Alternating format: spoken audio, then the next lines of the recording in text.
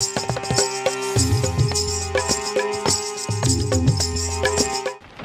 guys, Tina here, the Critical Virgo. Welcome back to another Fragrance Fridays. I'm sorry if you hear all the raindrops.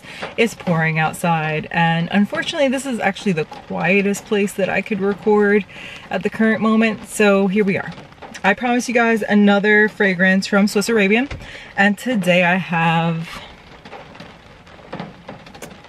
Attar Al Sheila. Gorgeous bottle, by the way. It's got this beautiful pattern right here. It's actually flat, if you could see. Beautiful cap. It's got it looks red on the camera, but it's actually a nice pink jewel. Nothing on the back. And the sides are plain. Bottom just has information as usual. I actually ran inside to grab the box because I wanted to show it to you. It's that beautiful. This is the box that came in the sleeve of the box. And check this out. Can we just talk about this for a second? It has like this really nice lined, it's a little information book. A really nice lined case. I thought that was really nice. Magnetic closures. I mean, come on. Come on. Looks like a book if you had it on your shelf, right? Enough presentation time. I know you guys love to see sprayers. This, like the other one I showed you, really good. Ooh, that's strong. Okay. Notes on this. Top is Violet Blossom, Honeysuckle, and Freesia. Middle is Magnolia, Jasmine, Iris, and Rose. And then the base, which I love, love, love, it has Vanilla, Rosewood, Patchouli, and Leather. All right, heavy dose of leather. So, it is, when you first spray this, it's sweet, very floral. I get a lot of that rose. It's a little skanky, and it's got a mega dose of leather, which I enjoy very much. I've been picking this one up pretty frequently. They did a really good job of, like I said, curating some things for me to try out. I told them that I'm a huge leather fan, and this one does not disappoint. And you guys know that I love some skanky leather. So knowing that, I want to say that even though this, I believe, is marketed for women, it's very unisex. I can see a lot of men wanting to wear this one because of that heavy, heavy dose of leather. Now, once this dries down, the leather really softens up, but it's still the most dominant note in my opinion. And then it's also very creamy because of that vanilla, and that rose is phenomenal, phenomenal. I don't get a very feminine like jasmine. It's still a little sweet throughout, which is nice, but nothing cloying by any means. It's not something that I would classify as a gourmand because it's not like very sweet, like something that's delicious. I would caution not only that this is very heavy on the leather, it's also very woody, and it's spicy too.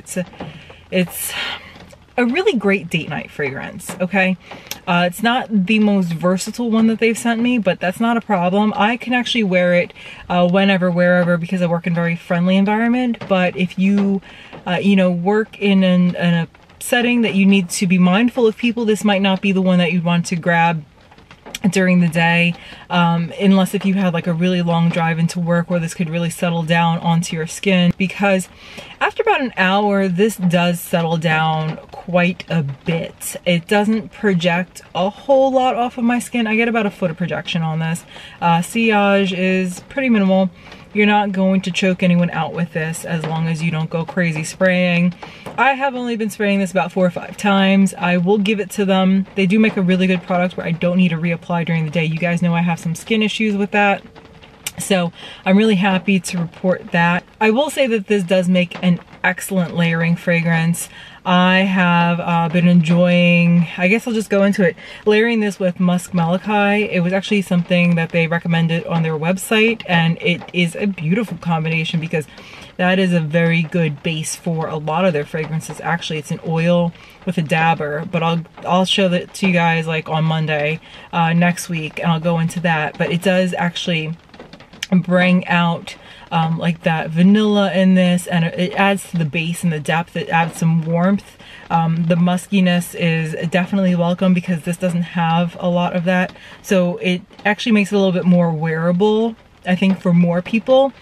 Because this has so much leather and spice, also the woods, and a very masculine type of vibe to it, I would say that I can't see just a lot of women gravitating toward this unless if that was your jam, you know. I could see more men actually wanting to wear this because this smells like a lot of the fragrances that I've smelled marketed toward men. So I'm just throwing that out there. I would definitely try this one before you buy it. It's not something that I would say is a very safe blind buy, unless if for sure you love heavy leather, spicy, woody fragrances. This would actually make a really great date night fragrance or cold weather fragrance. I think this is actually a really good buy because for 100 mils it was only $89.99, and I haven't really sprayed this like crazy because, again, when you first spray it on, it is very strong, so it can actually choke you out a little bit. And I think I've been going like 4 or 5 sprays and I'm good for the whole day. Haven't had to reapply, so big plus on that. I will be doing a full write-up on my website. Go check it out. I'll put a general link down below. The actual posting will be put up tomorrow. If you've tried it before, put some comments down below. Help everybody out. If you have any questions, you know where to put them. I'll be catching up on some comments tomorrow and later this evening. I hope you guys enjoy this, and I'll be talking about Musk Malachi on Monday since I mentioned it today. Bye, guys.